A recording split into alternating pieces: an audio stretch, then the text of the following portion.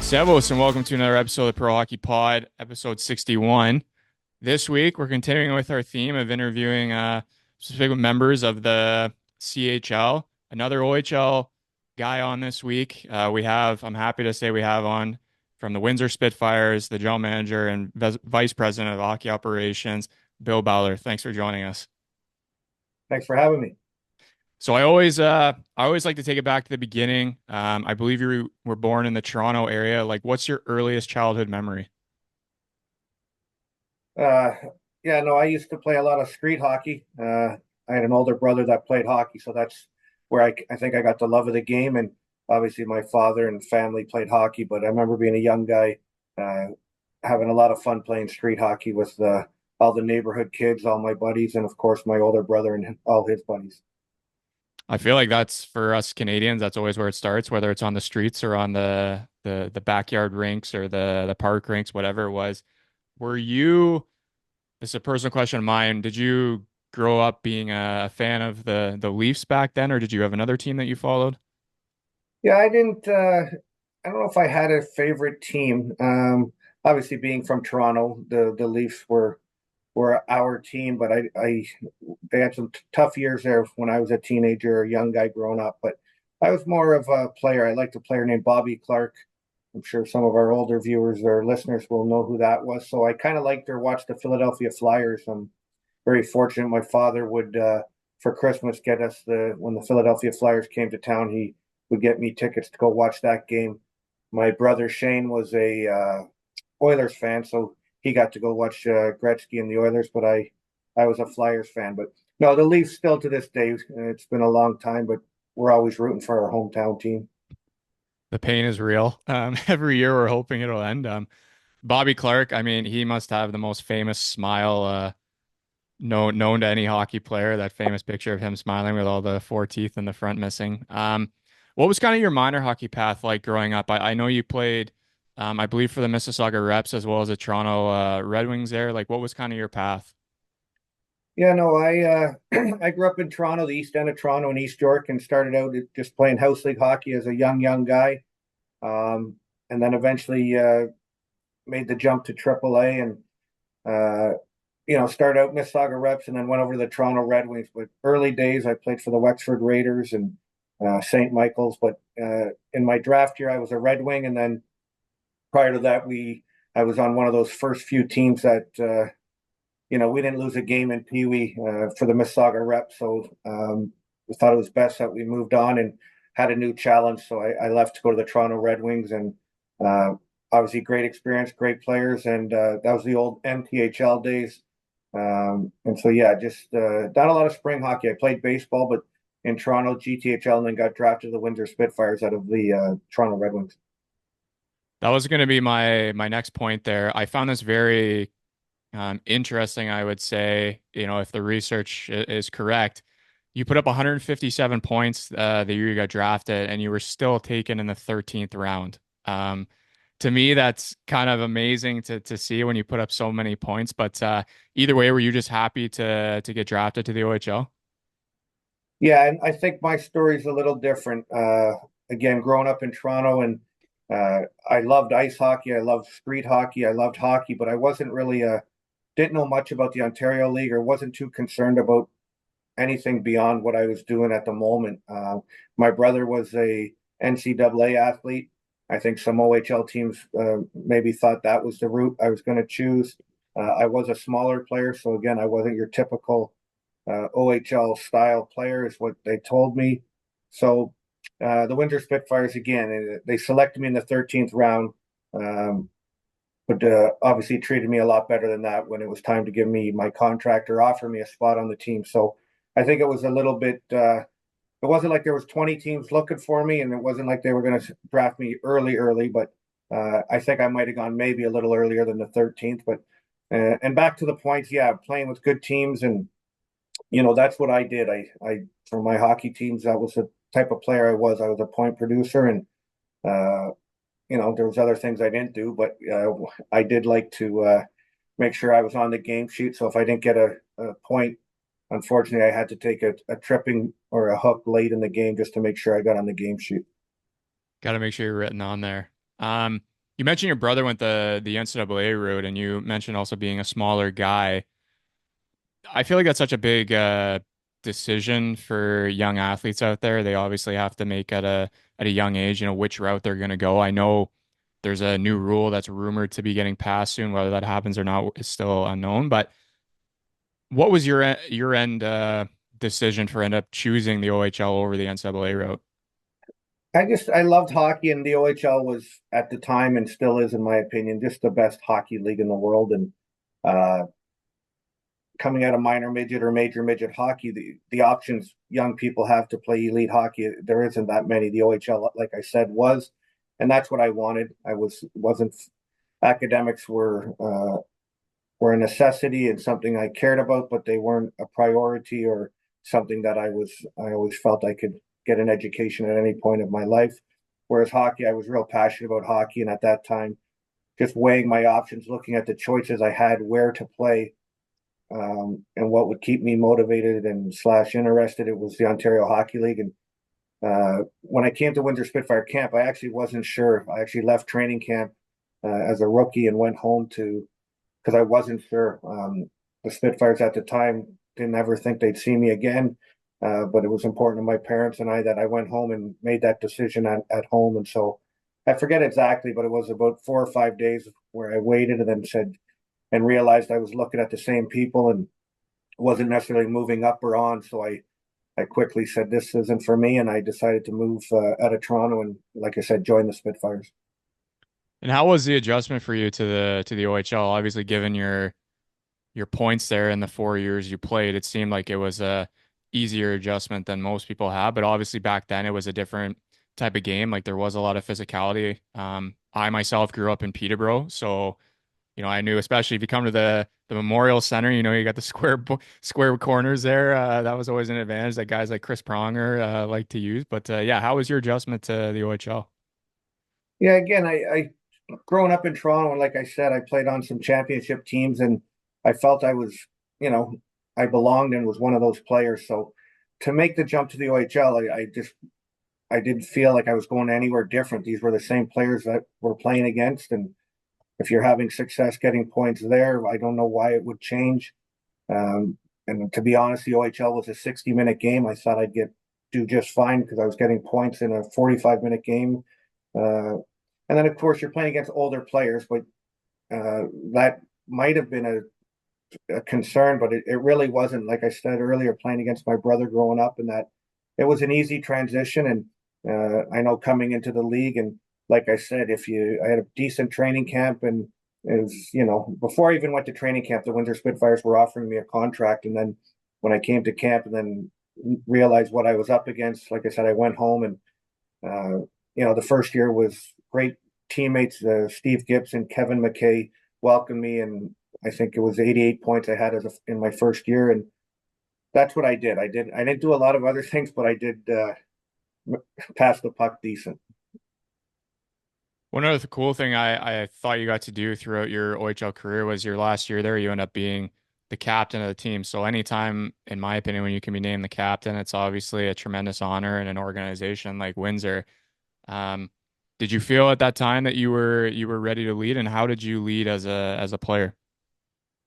Yeah, no, I obviously just an honor to be selected a captain, whether it's voted or nominated by your teammates or management, coaches, owners, whoever. At that time, I don't even know how I got to see, but I did wear a letter the 3 seasons prior. So I think I was more of a guy who just played and did it on the ice. I don't know how vocal I was. You'd have to ask some of my teammates, but I'm not even to this day. I don't like telling people or suggesting what others should do. I try to control what I can, kind of sweep my own doorsteps here, and so that's kind of how I played hockey too, and made sure that I was committed and gave everything I had during the game, and that was kind of the way I was brought up as a leader, and just how I kind of handled myself. And as all things, they must come to an end. So in the OHL, you have 5 years of eligibility to play, and then after that, a lot of these players have to make a decision whether they're going to try the pro route or they're going to go with their school money to CIS or U Sports, whichever name you'd want to call it. But was there any thought of you going to school in New Zealand package, or right away you knew, hey, I've had success in the OHL, I want to go try my pro career? Yeah, no, there was obviously schools reaching out, and even prior to making my decision to play in the OHL, there was numerous NCAA schools calling, and I remember coming home from school all the time, just waiting to see check the mail to see what NCAA school was reaching out, and similar as I started playing in the OHL, and I was entertaining school offers from schools, and then obviously pro, and but no, my after my third season, I was offered a pro contract by the Florida Panthers, and it was probably then that I realized that I wanted to be a pro hockey player, and felt I was decent enough to do that. So uh, unfortunately, the contract wasn't what we thought made the most sense. It was actually back when the first NHL lockout, so it was a three-way deal. So I ended up not accepting that. Went back and then signed a deal in the IHL with the Las Vegas Thunder in my overage year. So um, yeah, no, 4 great years in Windsor. Uh, Taught me a lot. Learned how to play the game. A lot of tough buildings. Used to play 4 games in 4 nights. You mentioned the Peterboroughs and making those trips. Those are real good experiences. Driving up to the Sioux, playing a game, returning that night to play the next day at 1 in the afternoon. All these different experiences, I think, obviously mold you into the person you are, but more importantly, the player I was, and it just led me to pro hockey, and that's something I knew. And I said it earlier, and I still feel that way. The education component, it can always be there. You can get your classes in the summer, and it's a dream I wanted to follow. So I obviously turned pro. One thing I think the OHL or the CHL in general has done really well is, they're preparing those athletes for the pro schedule, like what you mentioned, like you're playing 4-4 or 3-4 and the being on the road and then coming back the next day. Like that's obviously the grind that comes, and then whether it's the AHL or when you played the IHL, Coast, all that stuff. So I've always kind of been fascinated with that. You end up playing 5 years in the, we'll say, minor leagues, but obviously very good leagues in the IHL and AHL, and you were consistently putting up points, doing very well. Then comes, what every kid I think dreams of, that grows up playing hockey, is you get to play in the NHL. Make your NHL debut for the Columbus Blue Jackets in the 2000-2001 season. Just kind of take me through, I guess, the first time, being told, hey, you're gonna suit up tonight, like where you were, if family was in attendance, kind of the whole day for you. Yeah, no, it was probably the year prior. I was actually claimed off waivers by Nashville, and that was kind of my first true belief that I may play in the National Hockey League, or at least get a game. And unfortunate circumstance didn't allow me that. So, anyways, back to Columbus. It was yeah, I got a call midway through the year. I was in New Jersey. Uh, Unfortunately, none of the family could make it there because it was a an emergency kind of call up, and but just an amazing experience going into New Jersey, playing my first game. But my first home game in Columbus, obviously, friends and family were able to make it out, but yeah, it's just something I made a point because you always hear kids playing, and like I keep bringing up my childhood playing hockey. It was something I wanted to do, so I wanted to make sure I just stayed the course, kept my mouth shut, and just played till I got that game. And I remember just stepping on the ice and not being content, but it was a moment where I was fulfilled. I felt okay, I did it, and then life could change, or I could make different decisions moving on. But there's no question, the whole junior hockey, my whole pro, I did want to step on that ice, so I had that in my back pocket that I did play in an NHL game. Yeah, it's definitely, a lot of us, including myself, something I never got to experience, but I can just imagine how awesome it would feel, and just kind of that wow feeling you would have stepping on the ice the first time for warmups or the start of the game, whatever it is. And hey man, you got to do it. So a lot of respect for that. Another thing you got to do, which I think is cool, obviously me now living in Germany, is you made the venture over to Europe the last year of your playing career there. You went to the Krefeld Penguin and the DL, and evidently you guys ended up winning the DL championship. So how did that opportunity come about? And obviously talk about that championship run.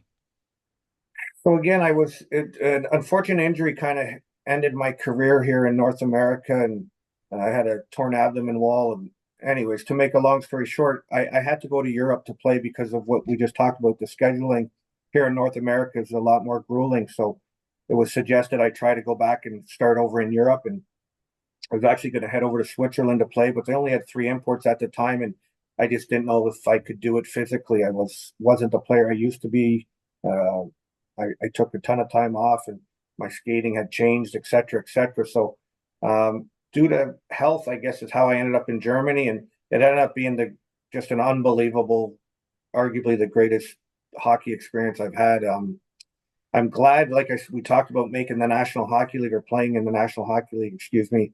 That was the goal. But, looking back, maybe if I went to Europe earlier, my back wouldn't be so sore. I might have more money in my bank account. Who knows? But I'm glad I stayed in North America because it allowed me to live in some unbelievable places and play with some great players here. I stepped on the NHL ice. That was great. But just my life experience, winning a championship and the whole style and uh, just how I enjoyed my time in Krefeld, Germany was. I just wish it would have been longer, but again, due to health, it ended short. But uh, just a great championship run. Some great players, led by Butch Goring, was our head coach, and just a lot of fun. I remember the party and the parade afterward was. I still have some memorabilia and some books at home to remind me down in my bar. So it's just an unbelievable time. The Germans do love to drink their beer, so I'm sure there was a couple of those that day. Sure. When you were so after that season, obviously you kind of end your career on a high note there, which not many people get to do, is being a champion when they end it. Did you always know you wanted to stay involved in hockey, whether it was coaching or some other aspect?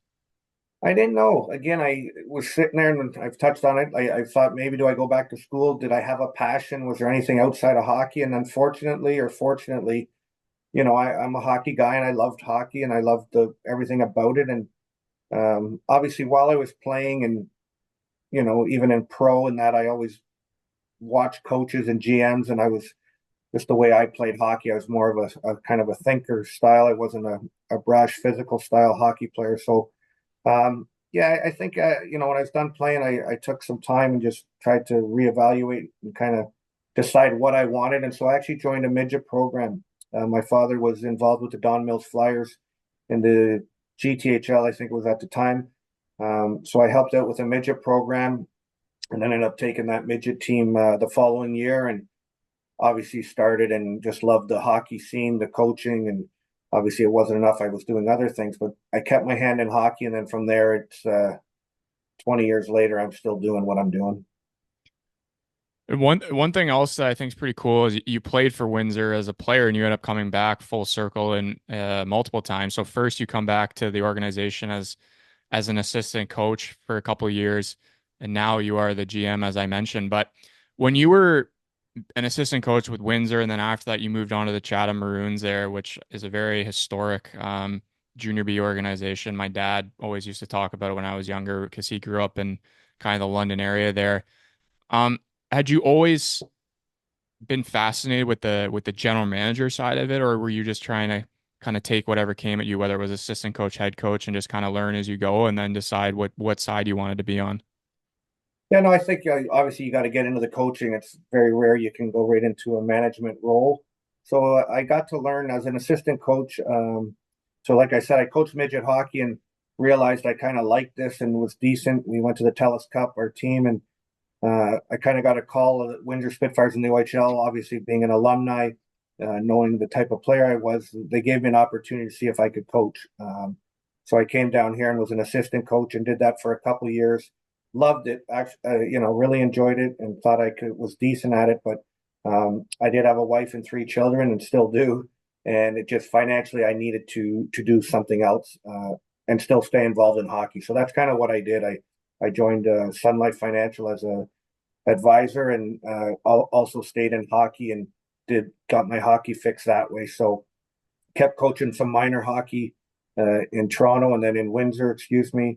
And then it just led to some opportunities, like you mentioned, Chatham and the GOJHL, which then of course went to LaSalle and ultimately here in Windsor. So I kept my hand in hockey, whether it was skill development with different players or coaching different teams. But I also needed a day job to pay some bills, and so that's kind of the journey that led me again to being the GM of this hockey club.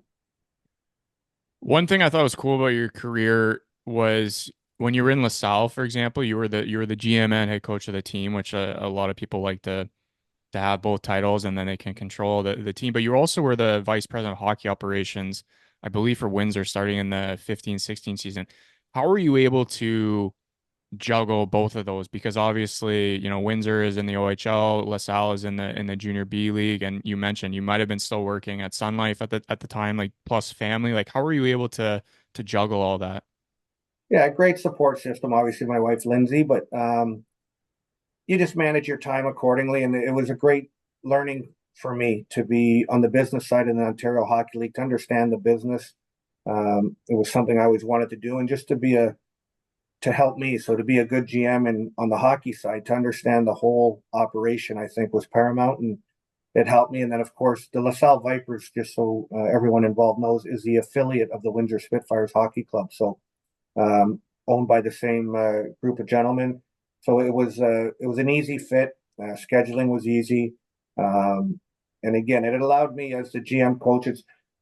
As you mentioned, you get to kind of pick the players and know what you have and coach. And not always is that ideal, but at that level of hockey, for a number of reasons, as I mentioned, but also cost, it makes sense. But obviously, at this level, it's a different animal, different dynamic where there's still a few guys that are doing both GM coach, but the support system needed now to run an OHL team, it's not like it was back when I played.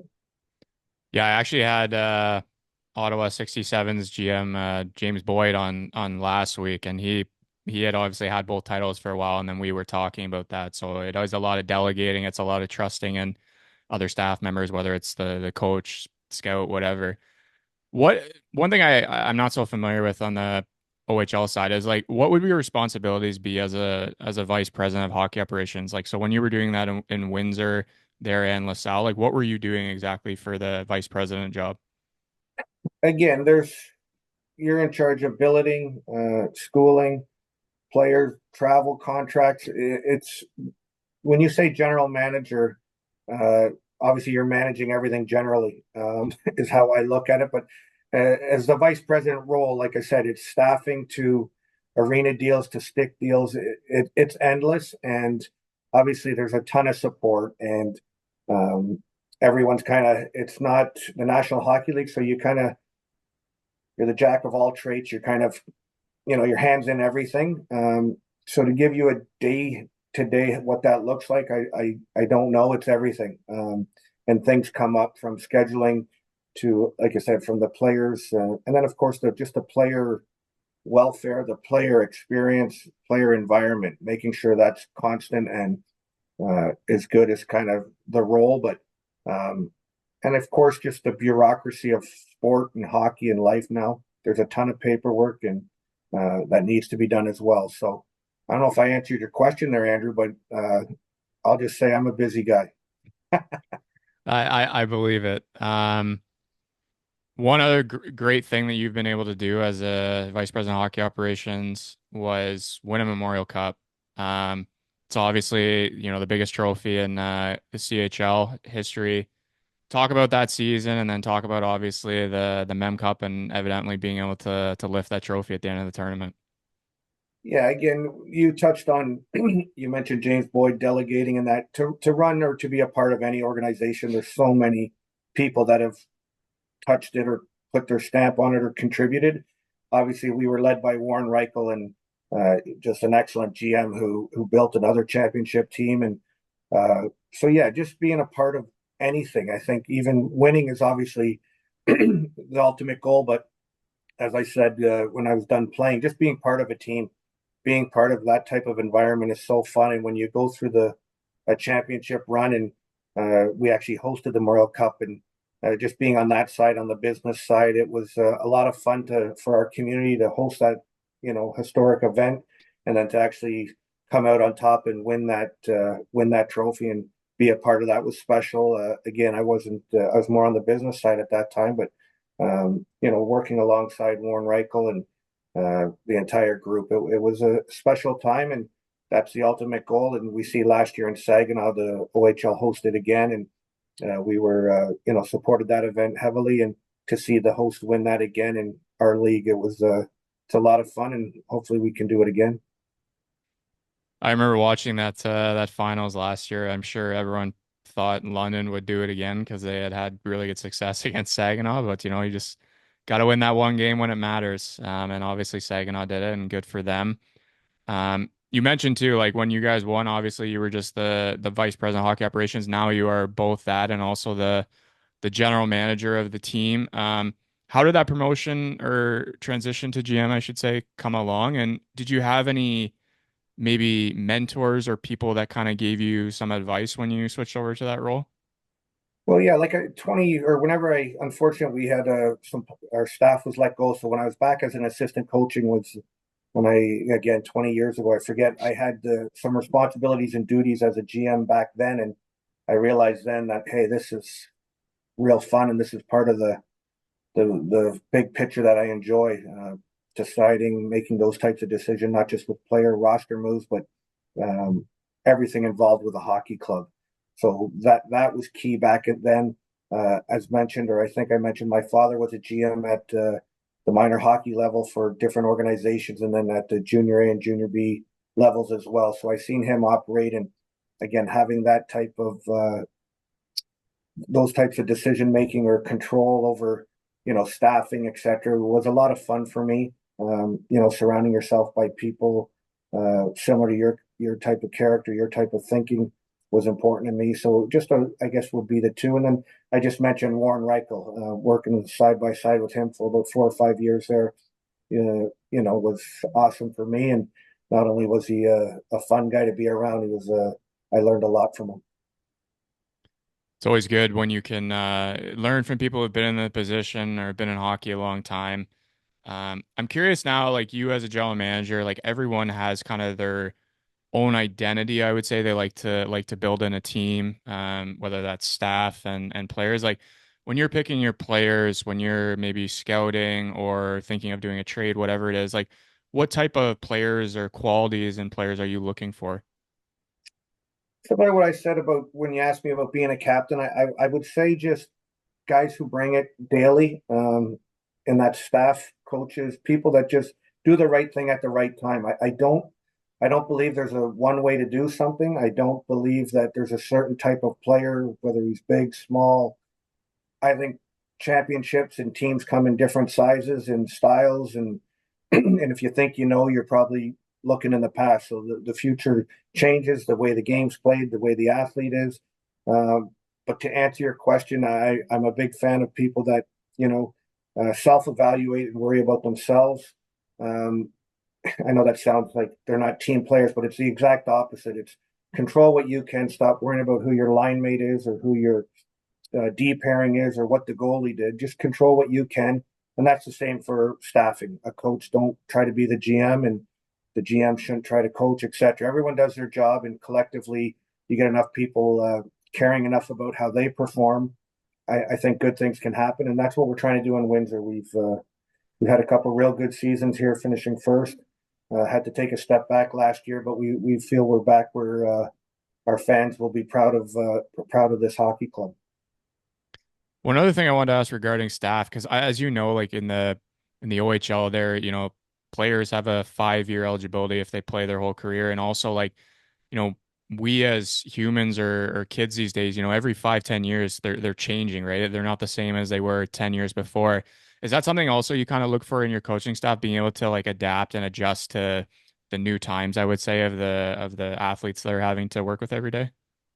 Exactly. And like I said, yeah, we here in Windsor, our coaches are their job is to coach, and the players is to play. And we have people doing other things that back when we talked about my history or hockey in general, back in Peterborough, the coach seemed to have a lot of control over a lot. And now with the organizations the way they are and how this is kind of not big business, but this isn't just running a hockey team. It's so we have a lot of people involved, and um, the key for me is trying to find people that can get along and work with other individuals. And we have good people in place here, and we hope people move on. And that's been the case here with trainers and coaches, where the Windsor Spitfires do things a certain way, and if the head coach leaves, that's fine. We wish them the best at the National Hockey League level, or the trainer, or vice versa.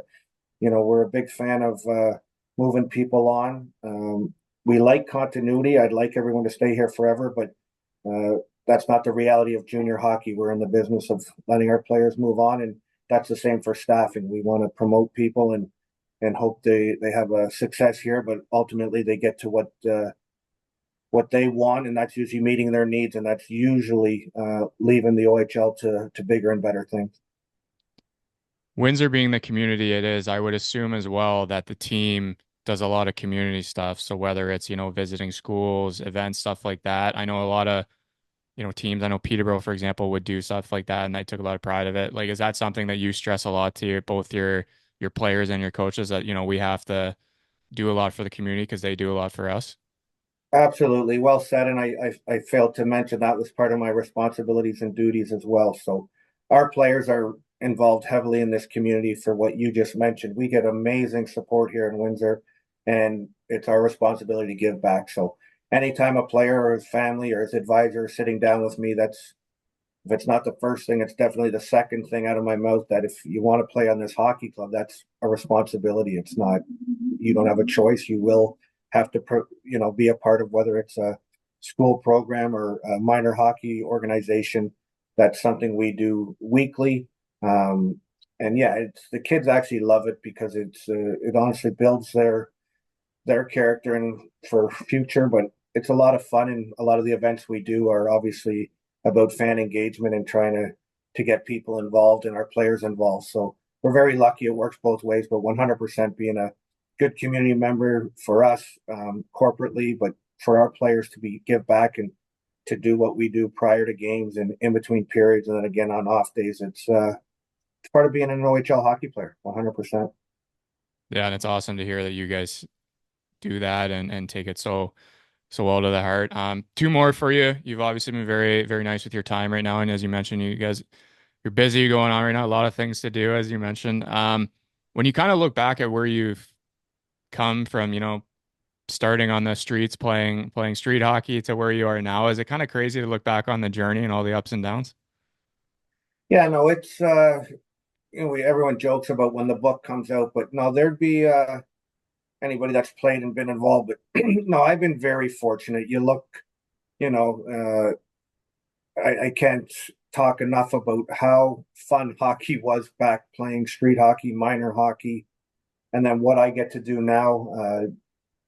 Scouting games. Just yesterday, I'm out watching hockey games, and believe it or not, they actually pay me to do it. So it's just you get fortunate, and then to play in the places I've played and to have the teammates I've had and the fun and the just the ability to compete with a group of other men and teams, and that it's yeah, I think that's why we all strive and want to be a part of teams. And as I mentioned, my other job there, I did it for over a decade. I always kept my hand in sports and hockey because of there's just nowhere else that you can get that. Why you care so much about a game in the middle of October, but that's who you are and that's what you love. So, um, looking back, yeah, I've been very lucky that my mom and dad were able to put me in hockey. And, like you hear that from every hockey player, usually that mom and dad, the sacrifices they made. I was no different. My brother and everybody made sure I had enough to compete. And then over the years, the support I've been given and meeting some of the people here and the opportunity I have here in Windsor, what the Spitfires, the organization from previous ownership to the current ownership, have allowed me to do. It's a special relationship, and I'm very grateful. That's all. That's honestly awesome to hear. It is always cool to reflect. I feel like when we look back on what we've been through and where it's taken us. Last one for you here. What is one piece of advice or multiple piece of advice you would give the younger generation? I think we all get in again. I'm not a big fan of telling people, but since I asked advices, and I was guilty of this too. You as a player, or even as a human, we seem to be worried or concerned about what everyone else is doing. And I know I was always trying to figure out what my coach was up to and why the lines were this way and why this and why that. And you're really just wasting a lot of energy and time over something you have zero control over.